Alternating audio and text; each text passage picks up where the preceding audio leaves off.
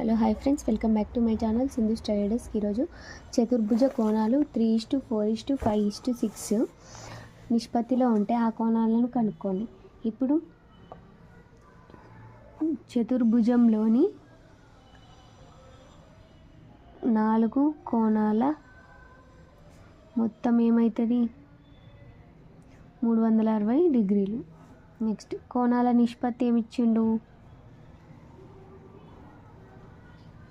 3:4:5:6. అప్పుడు మనం ఆ కోణాలు ఏమనుకోవచ్చు? 3x, 4x, 5x, 6x. ఇప్పుడు వీటిని ప్లస్ చేస్తేనే కదా వచ్చేది 3x + 4x + 5x + 6x = 360 degrees. అంటే ఇవి మొత్తం ఉంటే 18x = 360 degrees. x = 360/18. 18 1s 18 2s 36 0. x = 20.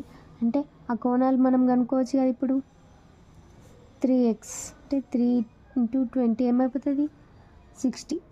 Next 4x 4 × 20 80. 5x 5 × 20 100.